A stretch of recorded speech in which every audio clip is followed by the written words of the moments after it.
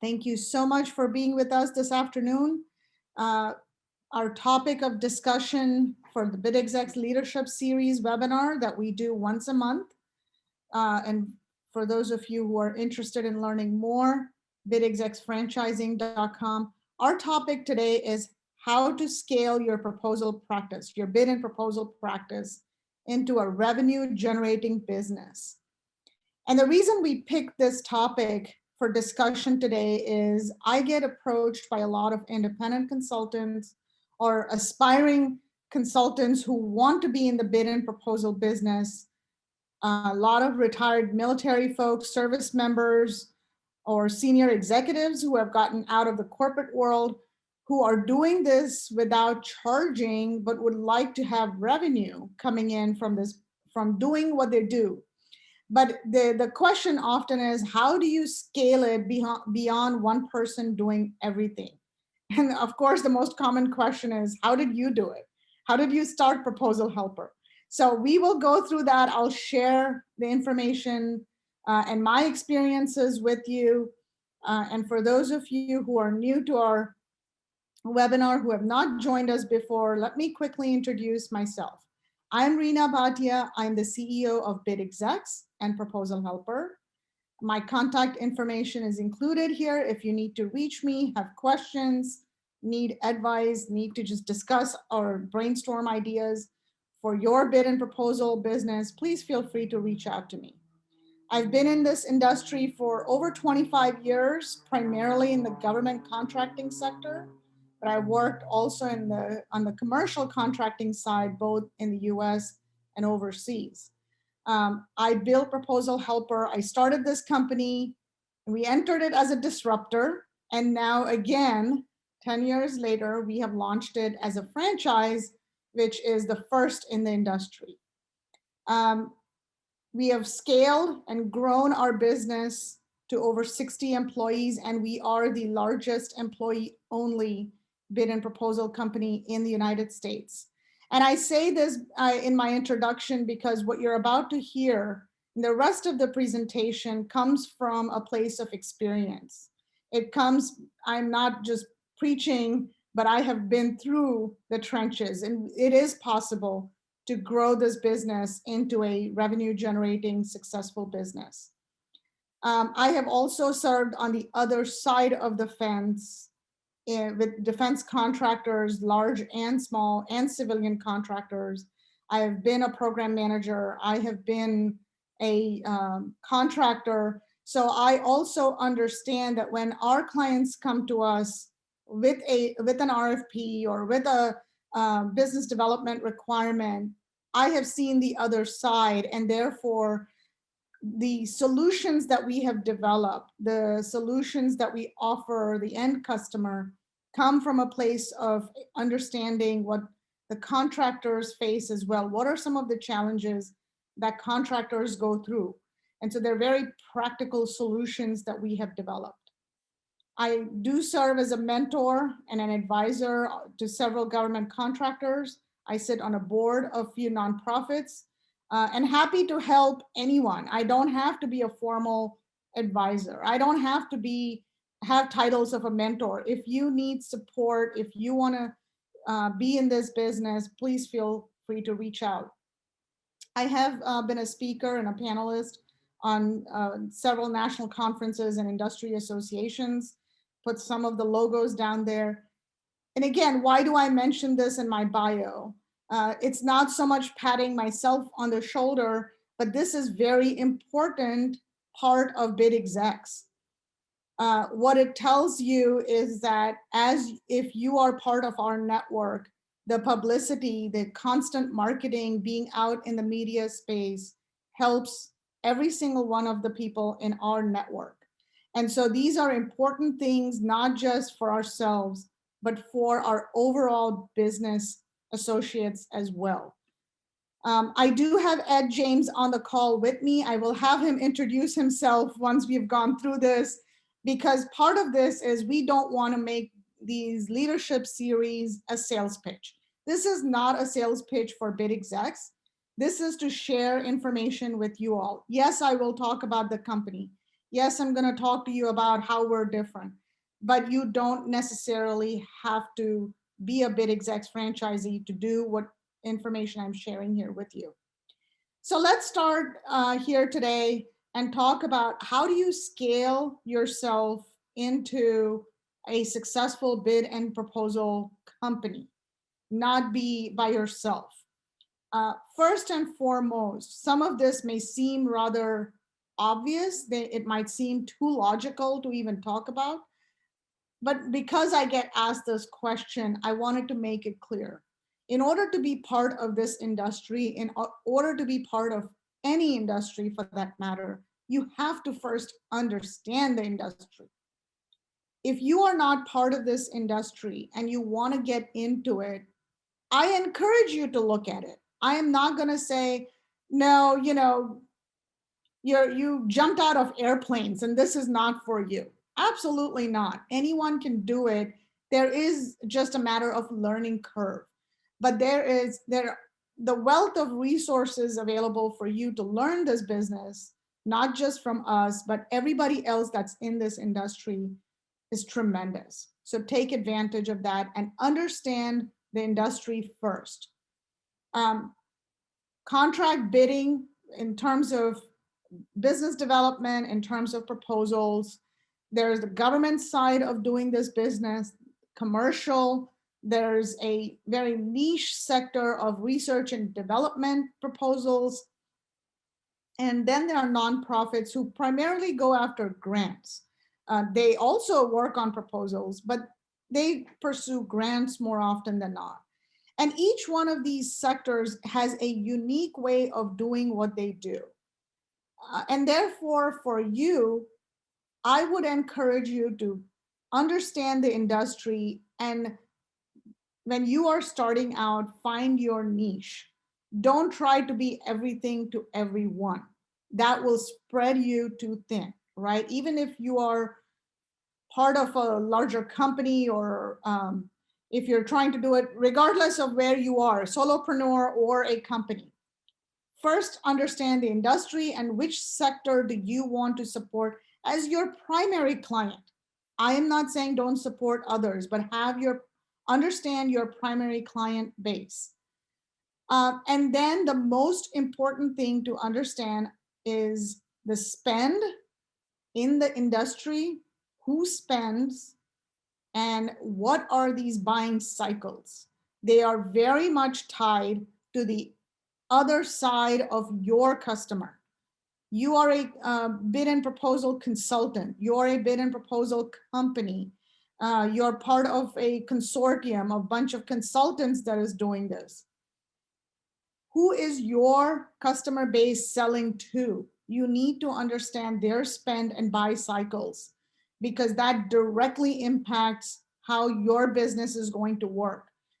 So take your time and understand the money cycle, follow the money for a moment. And so you have to understand to when to push yourself to get those contracts, to get the clients, and when they're going and how long that lead time is going to be to close the sale. Because on the other side, your clients are waiting for the government to release an RFP, or the commercial client is still going through requirements analysis. So they know they're going to write a proposal, they're still waiting for instructions. So this is very important as you start thinking about building your business. Your entire cash flow mechanism, your hiring process will depend on which sector you're servicing and what their spend and buy cycles are. Discover your niche buyers and their buying patterns. And what I mean by this is what I said earlier. If you are going to serve government contractors, which government contractors are you going to go after? Are you going to service all of them, any government contractor? Are you going after government contractors who work only with federal government, only state government, state and local? Are they in the SLED sector? Who are you primarily wanting to serve?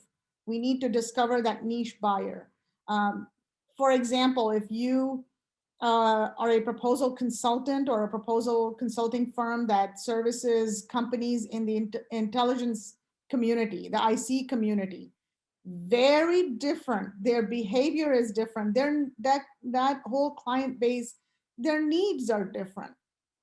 And so you need to, uh, again, identify your niche buyers and their buying patterns, and then understand the procurement rules of each. If you're going after a commercial bidding process, or you're helping a client with commercial bidding process, the federal acquisition regulation does not apply to them. The FAR doesn't apply to that commercial sector. They work very differently. Their proposals are different. Their RFXs are different versus nonprofits. If you're supporting grants, the procurement rules are different there.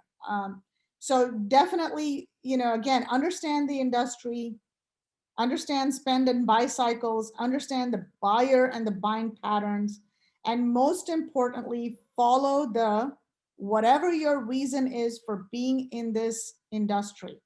If you are doing this for money, and a lot of people cringe when I say this, but if you are building a business because you want to build wealth, you want to increase your income, you want to build revenue, well, follow the green, follow the money. Where is the money? If you believe that you are wanting to scale a large business because you're in that for revenue, for growth and wealth, nonprofits and grants are probably not the best industry to target right out of the gate. So again, follow the whatever your reason is, understand your why before you decide where and what you want to service. And then I always say, understand you, understand yourself. And so what does that even mean? Understand yourself. It sounds so cliche. Well, capabilities. When you are, if you're a solopreneur, define your capabilities, or even as a group of people, what are the capabilities you bring to the table to service your customer? Are you a technical SME? Are you an editor? Are you a project manager or a proposal manager, but you're not the writer? What are your capabilities and strengths? You define them. And this is, go through this exercise for yourself. And where Proposal Helper is today, we still do this as an annual exercise. We still go through and define our capabilities and say, is this where we are strong? Do we have a strong set of capabilities here? If not, where do we need to build our capabilities, right? We define them for ourselves and then refine them. Are there money losing capabilities that you have in your company, or you're offering to your customers because at some point somebody asked for it and you thought it would be great, but over time you have realized that you spend way more time doing that, providing that service than you need to. So define your capabilities, refine them, and it's okay to say, I don't do this, or we don't offer that service. And then expand on capabilities that are bringing you whatever, adding to your reason for being in this business. Expand on them. Go deeper, go wider. See the left and the right and say, if I inch one step to the left, I can include this capability and now make it more holistic for my customer. So look both sides of what your capabilities are. Define, refine, and expand them. Very important. And this should be a living thing that you do, an exercise that you go through at least once a year. And you will be surprised at, when you see numbers associated with your capabilities, the revenue that different capabilities generate for you, where you need to cut the cord and where you need to pull that string a little bit wider. Capacity, very important, right? We all say in order to delight our customer, you want to undersell, overperform. You don't want it to be the other way around. You don't want to oversell and underperform. You want to undersell, overperform, delight your customer.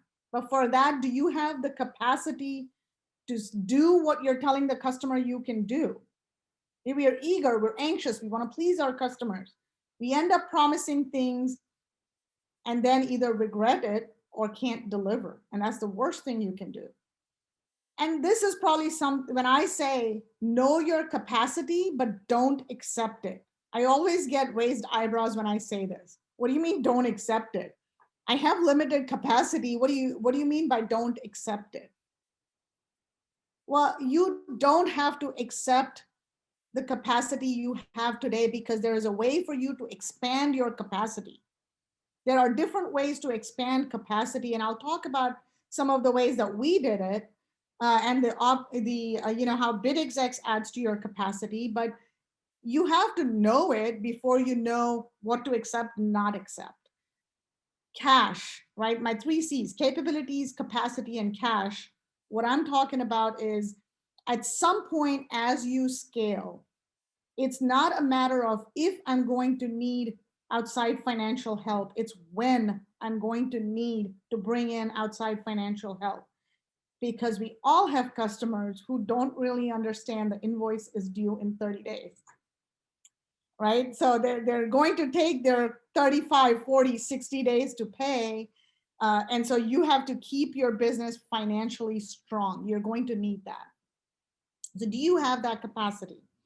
Capabilities, capacity, and then the financial resources, and then build on your reason for doing this.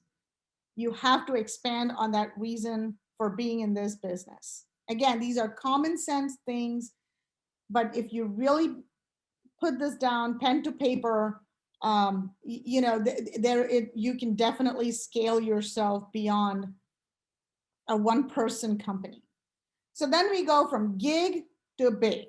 What are some of the common challenges independent consultants face, or a consultant who is part of a consortium will face? We all know this in the industry, right? Proposals don't go on forever. Every proposal is a project that ends 30 days, 45 days, 60 days. I've had some that have gone on for 9 months in proposal phase, an unfortunate situation, but all proposals ultimately will come to an end. There are cycles in this business, right? The independent consultants have this challenge. Do you service your current client, or do you look for the next gig, or do you do both? I know my proposal is going to end on February 28th. I better start lining up my next gig, my next proposal effort. Well, here's what happens if you're a government proposal consultant. 98% of the time, a government proposal gets extended. So now you said February 28th, the other client says, hey, my RFP is going to drop on March 1st. And you say, whew, I get, an evening of a glass of wine and I'm ready to go to work the next day. Well, on February 22nd, you're going to get an extension, and that proposal is now due on March 5th. And the other client's RFP dropped on March 1st. Guess what happens?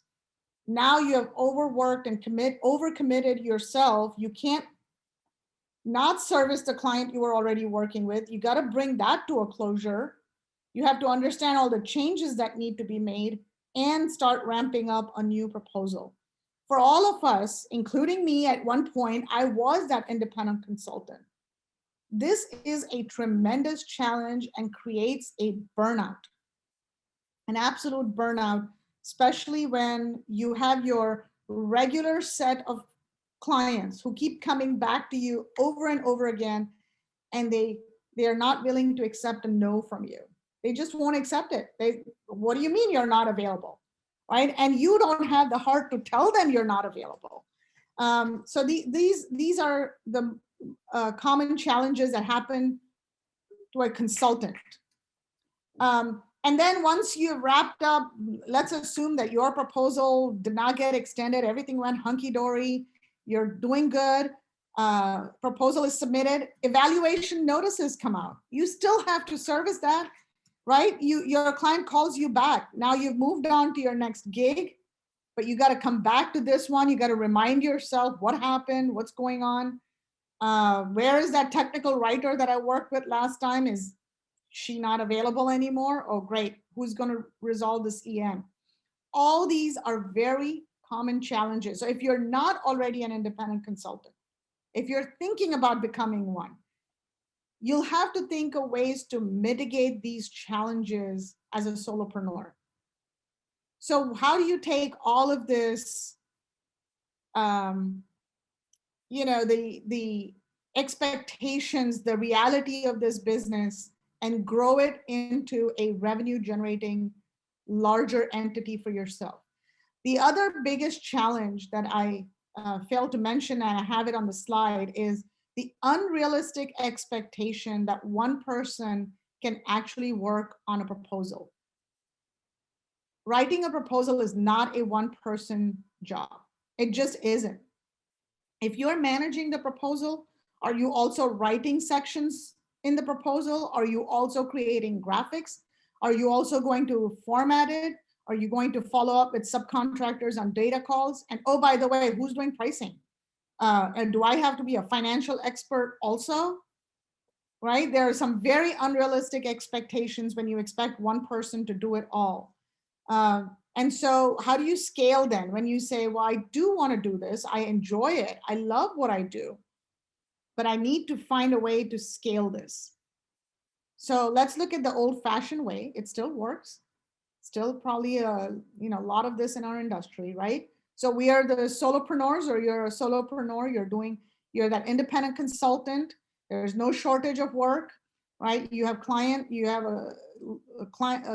lining up for your services, and you decide, hey, you know what? I can now collaborate with other independent consultants, and I'll become the agent, broker, proposal consulting company, and bring in other solopreneurs underneath me. So as and when I get a requirement, I announce it to my network and say, who's available, who can take this proposal, who can help the client, and hand it over to them. And here, as the dark blue circle, as yourself, you make the money that you make, right? Whatever you charge your clients, that is your revenue. As an agent, as a broker, consultant, you now are basically body shopping or sourcing proposal resources to other clients.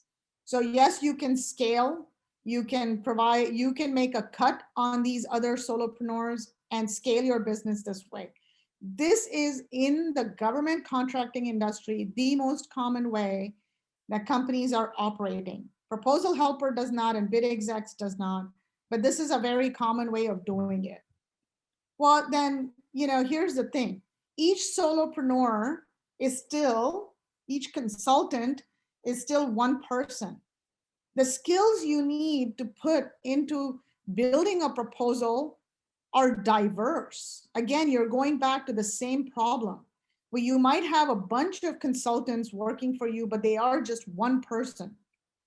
And so where they have skill limitations, and your clients are demanding proposal solutions or business development solutions, you're scaling from a point of being able to take on more clients, but are you scaling to delight them? Are you actually providing them with solutions, or are you just patching things together, right?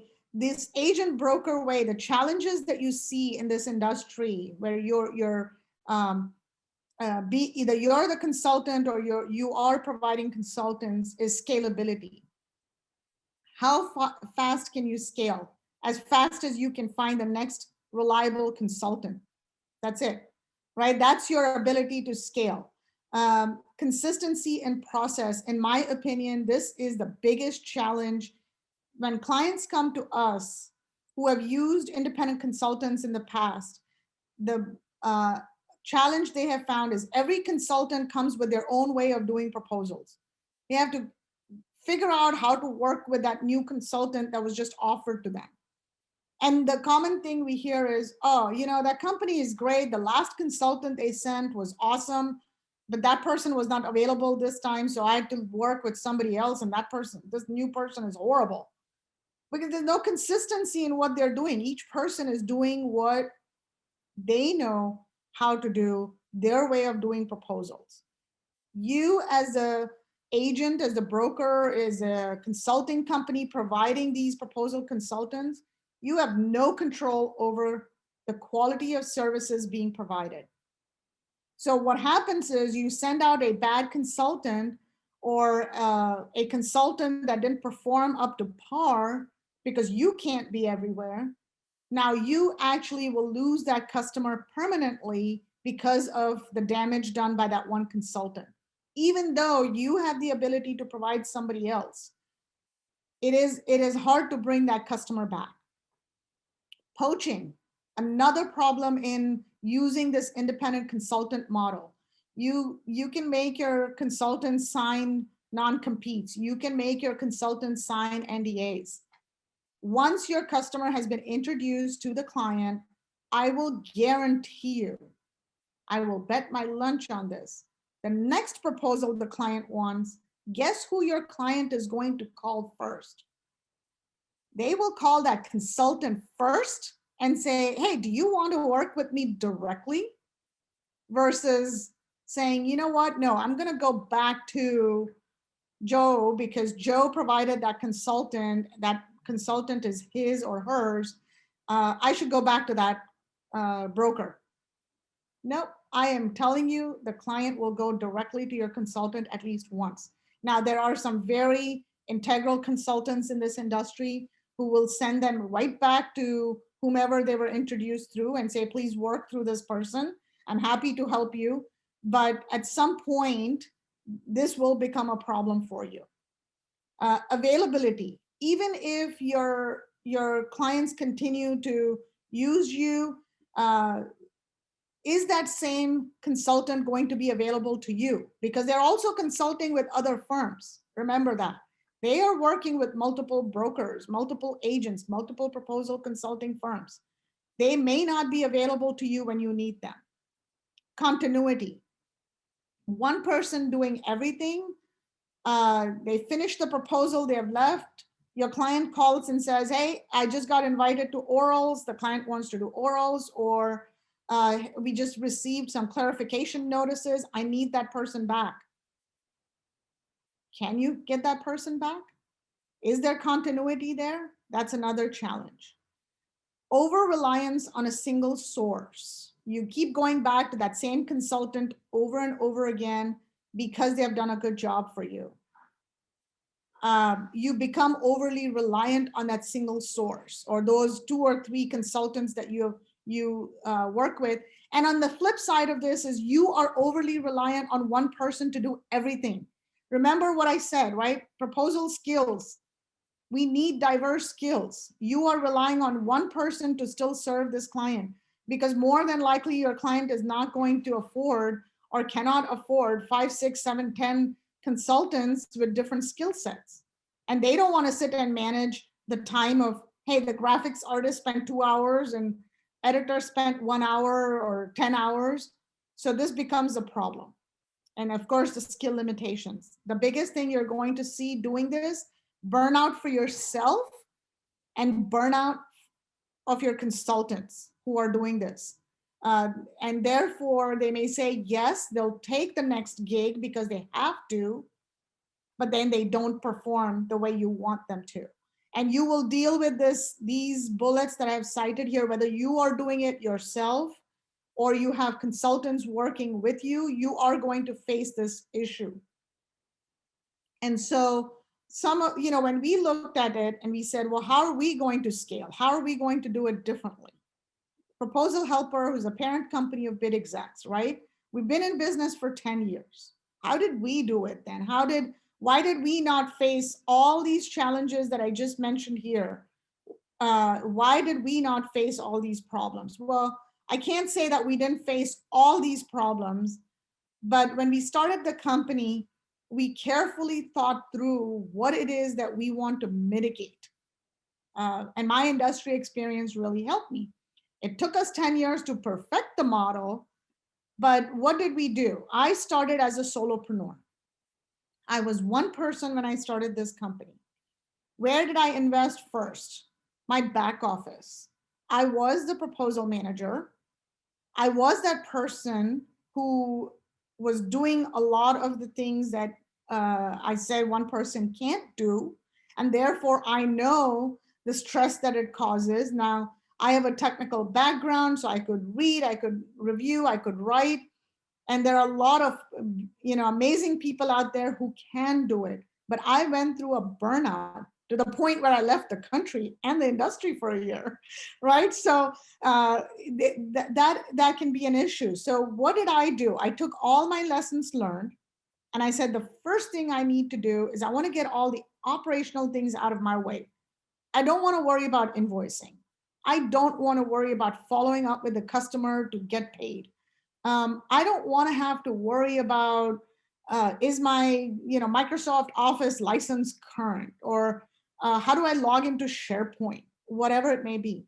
So I built the back office operation first on a very shoestring budget, right? I didn't have 50 people working in the back office.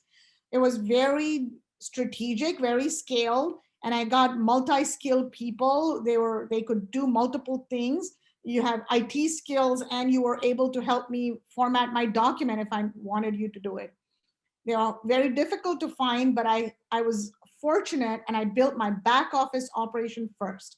And I think that is an absolute right thing to do. So for anyone who's looking to scale, I highly recommend you focus on things that you are really good at and the things that you want to do, and outsource either to consultants or hire back office people to support you. Then what did I do? I started building my proposal team number one. I was the proposal manager. I don't want to do graphics, so I hired a graphics designer, a graphics artist. Then we hired a desktop publisher. Then we brought in some technical experts. Slowly and surely, we started with just one proposal team, not a proposal person. But I, being the proposal manager, built my ecosystem around me. Okay. As we were scaling, and I was also doing sales, bringing in customers, we were doing a fantastic job, which helped because 98% of our customers come back to us, right? So we were lucky in that sense where revenue was coming in, and we were able to slowly scale this thing by adding the right skills to build a full pod. And I'm going to go back to this for a second, because this, I should have added this. Okay, so we built one step at a time. Sorry about that. One step at a time, we built our first full pod of skills right here. This is one complete proposal team that we built. Okay. And so that is what I would recommend you to do as you're scaling. Build the right skills. Then we brought in a second proposal manager, and already there were some overlapping skills not fully utilized, right? We had a full-time graphics artist who was not being fully utilized. So we didn't need to hire a second graphics artist in that team. So we brought in the proposal managers, proposal coordinators, technical writers, and then we took out the skills from each team and matrixed it. We said, okay, you know what? Proposal graphics guys, you go sit in this matrix organization, and any proposal team can tap into you. Desktop publishers, you're going to sit in a matrix organization. Any proposal team can tap into you.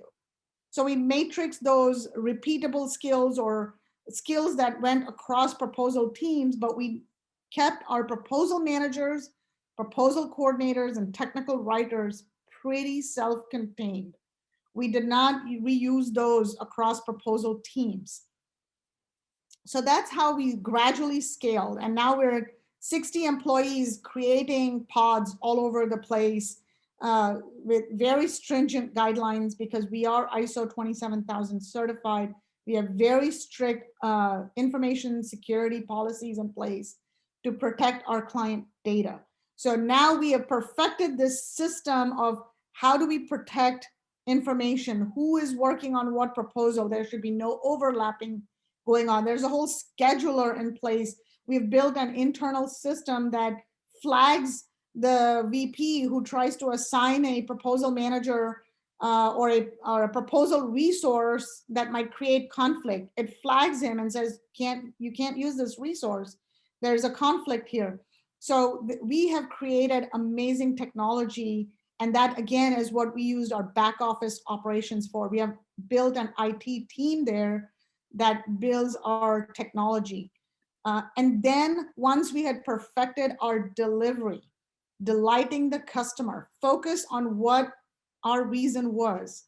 Once we perfected that, then we started hiring our very active sales team to start getting our name out in the industry. We did not hire our first outside salesperson until year 7 of our business. So we were not in a rush to go out and start hiring salespeople, because if we had more sales than we could deliver and could not build that capacity fast enough, that would have been detrimental. So we were building capacity, gradually expanding our capacity, and then started actively doing sales. And we are the right combination where we are doing both. It is important to note that ProposalHelper does not use any consultants. So we went through this model. We do not bring any 1099s, no consultants. These are all employees of the company. It is a difficult and very risky way of doing it. But because we have perfected the model and the technology and the processes behind it, we are able to handle it very well without facing any downtime. Even though we know that the proposal industry, especially the federal government, has ebbs and flows in their buying. Our diversified customer base, we have commercial clients, we have state and local, international customers. At any given time, we are doing from 30 to 45 proposals going on, actively going on. And so we are able to manage this entire thing very well by having employees. And so some of the challenges for us at the very beginning, and this continues to be for any company, I think, is finding the right employees, the right skills, but more importantly, the right person. For BidExecs and ProposalHelper, finding entrepreneurial minded people is the #1 thing that we look for. If you want to work with us, you cannot be an order taker. You have to be a critical thinker and an entrepreneurial minded person. You will succeed in our organization. So that's not an easy thing to find. So we look for those. Prioritizing which skills should be added first and where in the organization. You have very limited budget. We were scaling as we were building revenue. So where do we add people first? Do I get a new proposal manager, or should I add a new IT person? Because I need that software fixed, or I need this software created, but at the same time, I need revenue coming in, and I can do that by adding a proposal manager.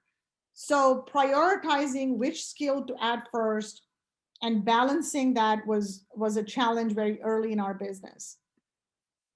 Automation. We have heavily invested in automating a lot of the repetitive tasks. In fact, the buzzword in the industry is hyper automation, robotic process automation. We didn't even know we were doing it way before they were called that.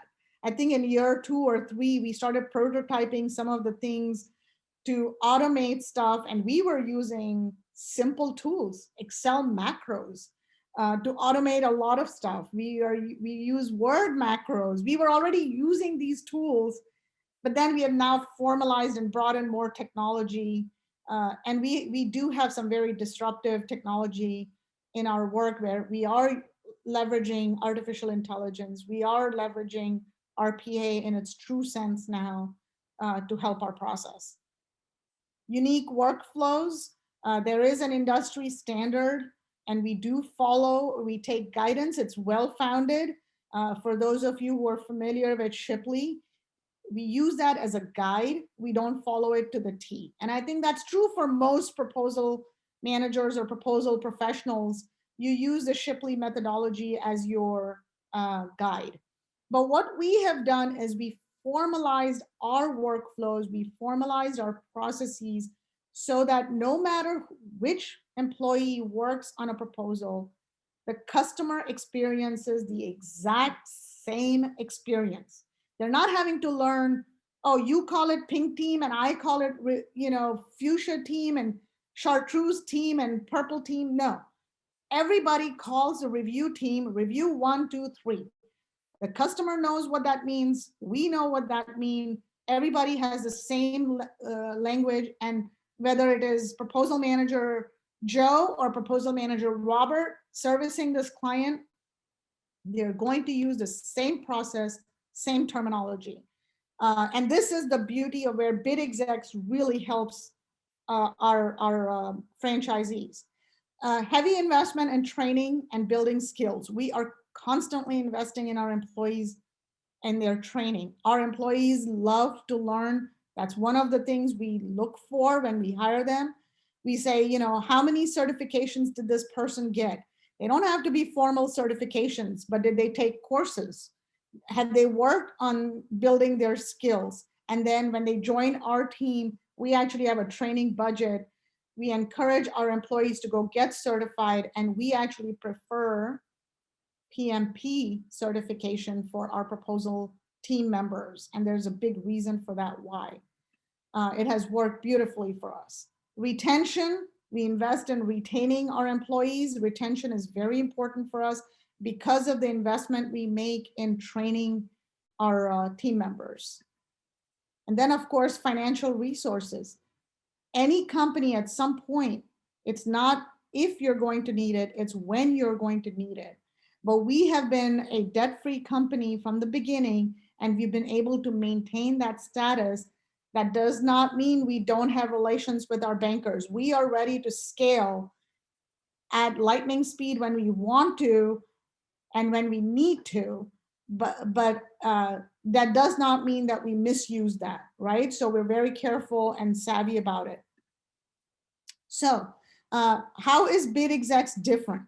Why BidExecs then? This is another model. I'm not trying to sell you on BidExecs here, but I do want to tell you this is another way of doing what the bid broker agent proposal consulting firm does, and then what ProposalHelper does. And this is a happy medium of the two in a way. This is an in-between beautiful solution, at least for those who say, you know what, I'm an independent consultant right now.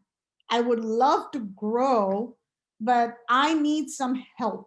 I don't want to sit and pay the cost of what I call my stupid tax that I've paid over 10 years, right? We made some mistakes along the way. We paid some stupid tax along the way. We don't want you to go through and reinvent the wheel and do that. So how do you bring the best of both worlds? Well, have a measured growth. And with BidExecs, the way it is designed to do is you become and you commit to being part of a network of proposal executives. You are the owner of your business. You are me 10 years ago. You are ready to scale. You're ready to become that big company. So you start with that. While you are out there shaking hands with your customer and you say, hey, I'm BidExecs. I'll steal our franchisee Amika's territory. I'm BidExecs Houston. I'm we provide proposal solutions. And the customer says, and this just happened to us last night, one of our clients said, I have 4 proposals that need to be finished in 2 weeks. All 4, I'm ready to sign right now. Well, are you as an independent consultant going to be able to say yes, or you're going to say, well, I'll take 1 and the other 3 are on your own, you figure it out. You don't have to. So you are BidExecs, and you have our entire headquarters team of these resources at your disposal to provide you with the full proposal support that your client is looking for. So you are following our training. You're going to go through our training. You follow our training, and our employees have already gone through the training. Your customer sees one company, one process. They're not seeing Joe Schmo has just subcontracted out my proposal to somebody else, or just brought in somebody else to do this. He said yes, he could do it, but then now I have to deal with somebody else and I don't understand. He has one company name, I'm cutting a check to that company, but the email addresses of the people who are sending me emails is something else. No identity crisis here in your business, right? That is very important when you're building your business. Your identity is the same as the people who are servicing your client. There's no identity crisis. We all belong to that same BidExecs pod.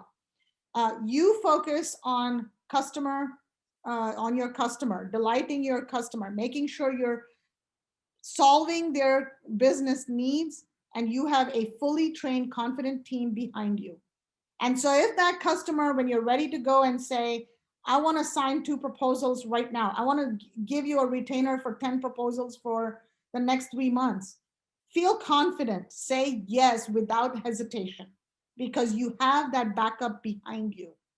The one thing that I remember when I was in business development and sales, I always cringed when I knew that I'm ready to promise something to a customer and I'm going to have to go back to the office and figure out how my team is actually going to deliver this.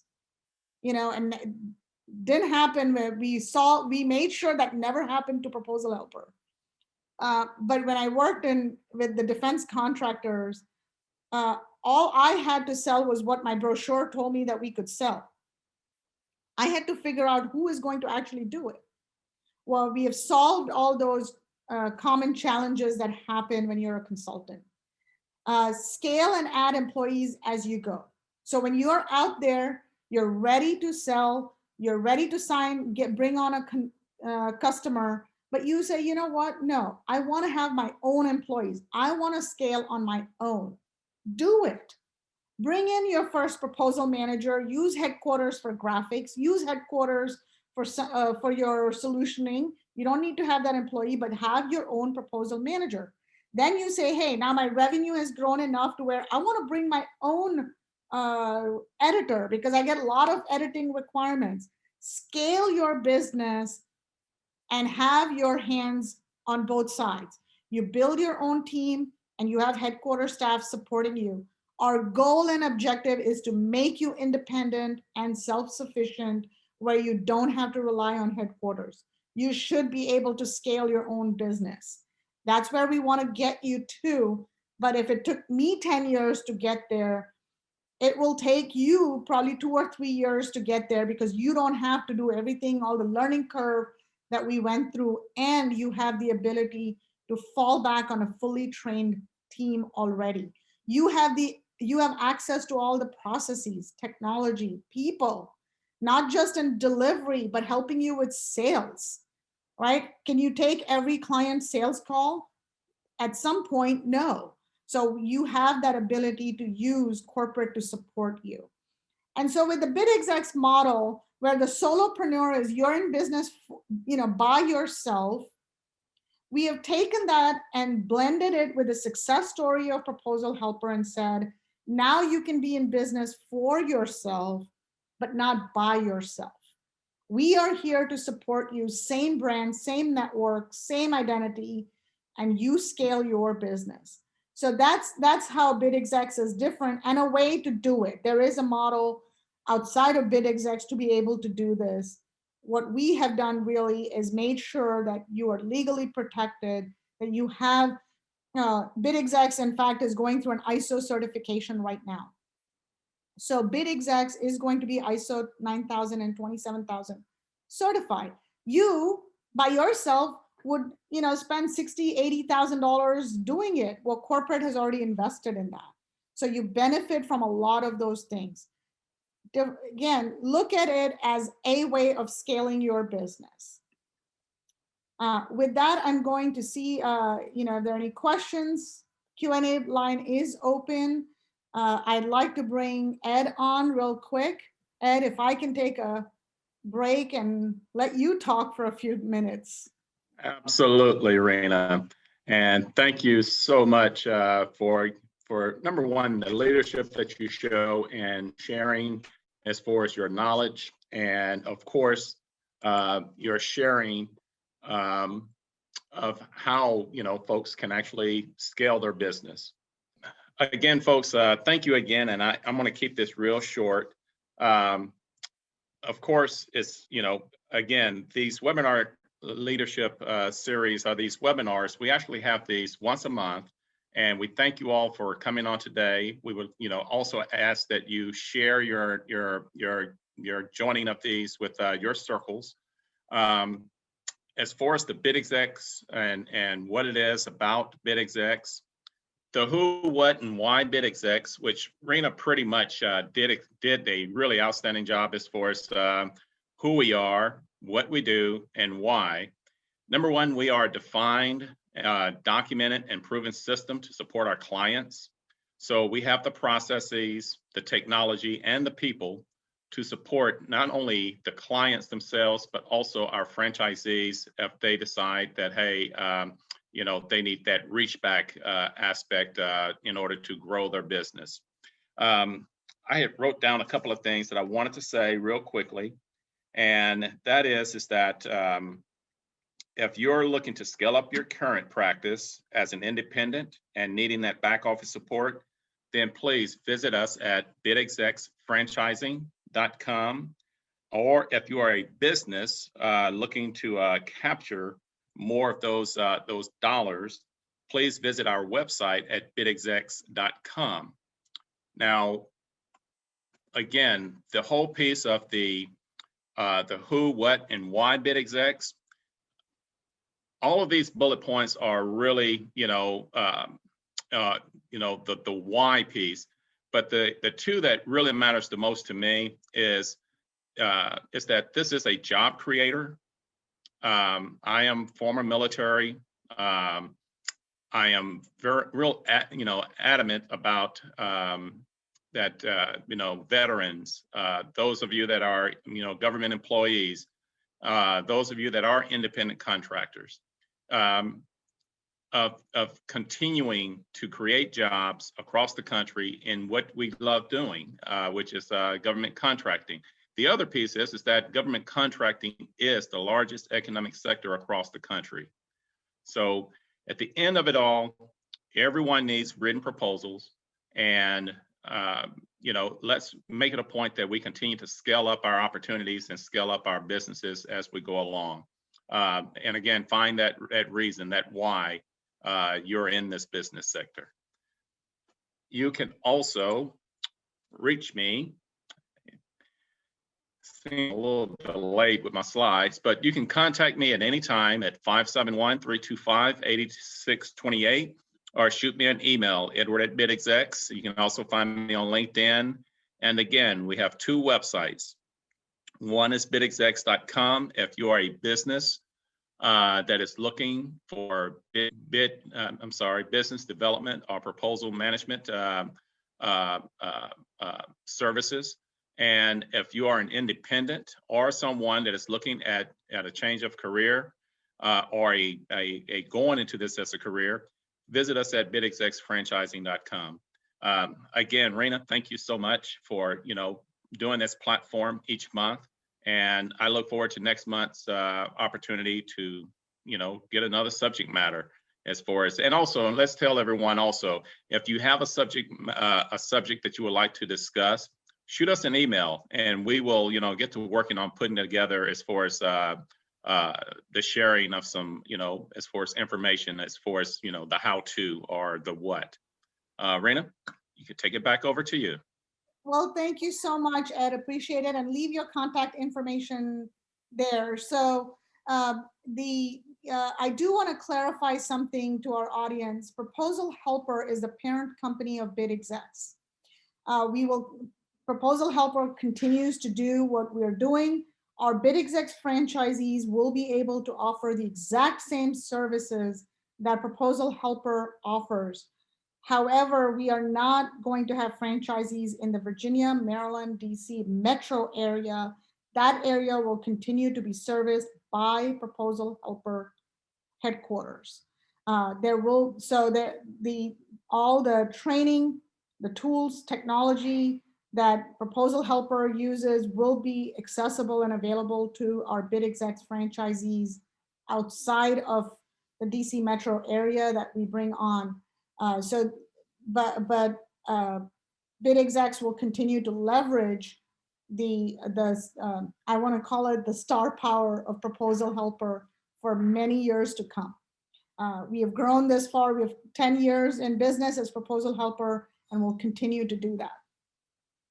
And again, Ed, thank you. I do want to remind everyone that our next month's series is with the Rosie Network and with the Military Spouse Chamber of Commerce. We will have speakers from these two amazing organizations that are working super hard to create entrepreneurial opportunities for veterans, their families, and most importantly, military spouses. So if you know military spouses who are interested in learning more about that, we will be announcing that webinar very soon. We have also invited Senator Kane's office to join on that webinar, and we're hoping to hear back very positively because military spouse employment is a huge policy initiative for Virginia Senator Tim Kaine, and we are a Virginia company. Delighted that he is at least considered being on. We are working with his scheduling office to get that webinar done. But a lot of good information will be shared by the Rosie Network and also the MilSpouse Chamber of Commerce, who has come up with an entirely new set aside. And they are working to make sure that businesses who are looking at diversity and supplier diversity consider military spouse certification certificates. So please join us next month if this makes sense to you and you're interested in BidExecs. And if you're a military spouse or otherwise, it's not limited to military spouses, but our speakers will be from these organizations next month. And they'll talk about all the entrepreneurial opportunities available from their organizations. So again, thank you, Ed. Thank you to our audience for joining us. Reena. Appreciate it. And we look forward to seeing you again. Thank you all.